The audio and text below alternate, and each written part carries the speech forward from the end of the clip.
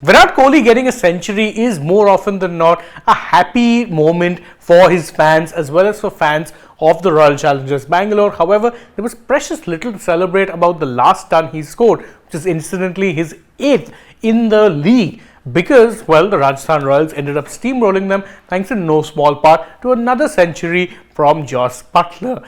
This means that the century ended up coming in a losing cause and inevitably has drawn a lot of reactions from a lot of fans stating that Kohli perhaps was a little too conservative, and once again meaning that his strike rate comes under the scanner. But is that a fair criticism, especially when you consider that no one in RCB has really been picking up the mantle as far as run scoring except for Kohli? That's what we're going to try and analyze in this particular video. First off, let's look at how it is some fans on social media were reacting to this entire situation playing out, and believe you me when I say it did not make for the kindest of reading.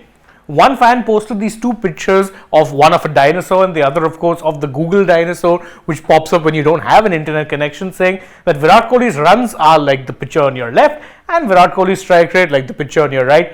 Fairly unflattering. Another player, and this one with a Virat Kohli name in his account, so you know full well that he's a fan, saying, I feel Virat's playing too slowly. If he does not accelerate from now on, his innings may cause or hurt RCB. If he gets out in the coming overs, his strike rate will be the talk of the town. Please accelerate. It will be beneficial for RCB and for you also, something that Kohli clearly heard. Another fan said that Pata nahi kaise, after even so many what a shot moments from Kohli, Kohli is still maintaining a strike rate of 120. Yikes, it gets worse. Another fan says that in the power play, Virat Kohli was playing at 32 runs and took 25 balls to get there, meaning a strike rate of 128. Not the best of strike rates by any stretch of the imagination.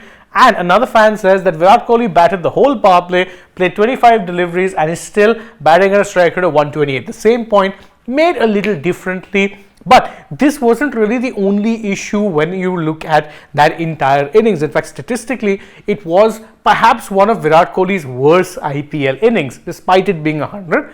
How so? Well, for one, it was the joint slowest 100 in the history of the IPL. He took 67 balls to get there, which incidentally is also the same number of balls that a certain Manish Pandey took to get to his century all the way back in 2009. The other thing is that this was Virat Kohli's third IPL ton that came in a losing cause, which is very weird because you think that if a batter gets a ton, then his team should more often than not be on the winning side. Yet the fact of the matter is, of 8 tons, 3 of them have ended in defeats for RCB.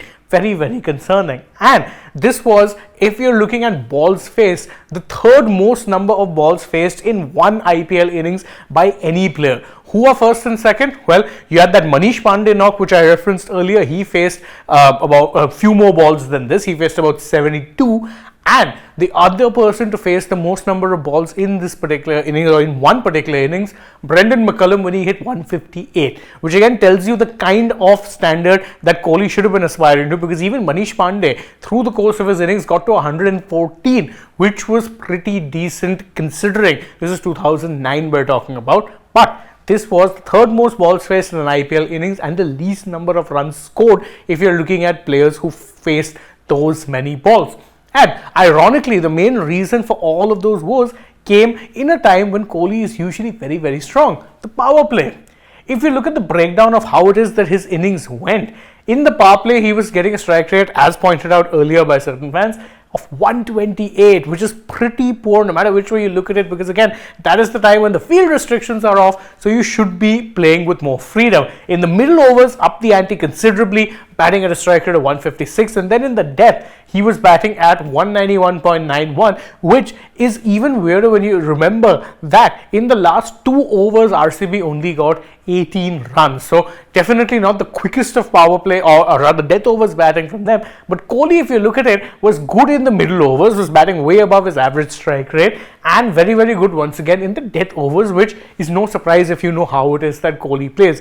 Ironically, in this match, it was the power play where he failed to accelerate the most. So that brings us back to the very obvious question. Is it fair to only blame Kohli's strike rate as being the sole reason for RCB losing this game? No, of course not. It never is down to one thing and one thing only, and the only way it can be that is if that person is clearly and obviously underperforming. But Kohli at this point in time is the orange cap holder, is striking it at a strike rate of about 148 in the IPL as things stand. So that's not too bad when you consider that his career strike rate is about 138. That means he's striking it higher than his career average. But what is the major problem at times is that Kohli tends to drop anchor in situations where you think that okay, he's well set, now he really needs to accelerate. What is compounding matters even more, I may add, is the fact that Kohli is getting no support whatsoever from any of his teammates. And I don't mean this in a way that maybe a Glenn Maxwell or a Faf du Plessis need to be playing with an attacking strike rate of over 200. No, they just need to get runs at the kind of strike rate that they normally bat on. Even that is not happening. So undoubtedly, there's some mitigating circumstances when you look at Kohli and the way he's batted, because again, he's been surrounded by a bunch of no-hopers. But again, that is the problem with the franchise, is that it is built around just a few individuals. When those few individuals don't perform, more often than not, there is bad results that are coming. So, is it entirely down to Kohli's strike rate? No, but he can do better, and more importantly, needs to hope that his teammates start stepping up, because otherwise it does seem to be another season where RCB don't end up even making it to the playoffs, never mind competing for the IPL title. But what are your thoughts on the matter? You can let us know that in the comments below, and don't forget to like this video, share it with your friends, subscribe to the channel, tap that bell icon, follow us on social media. We're on Instagram, Twitter and Facebook. Don't forget to download the Sportstak app, and if you're already on the channel, go ahead, check out some other videos we've posted as well. For now, from my side, it is goodbye.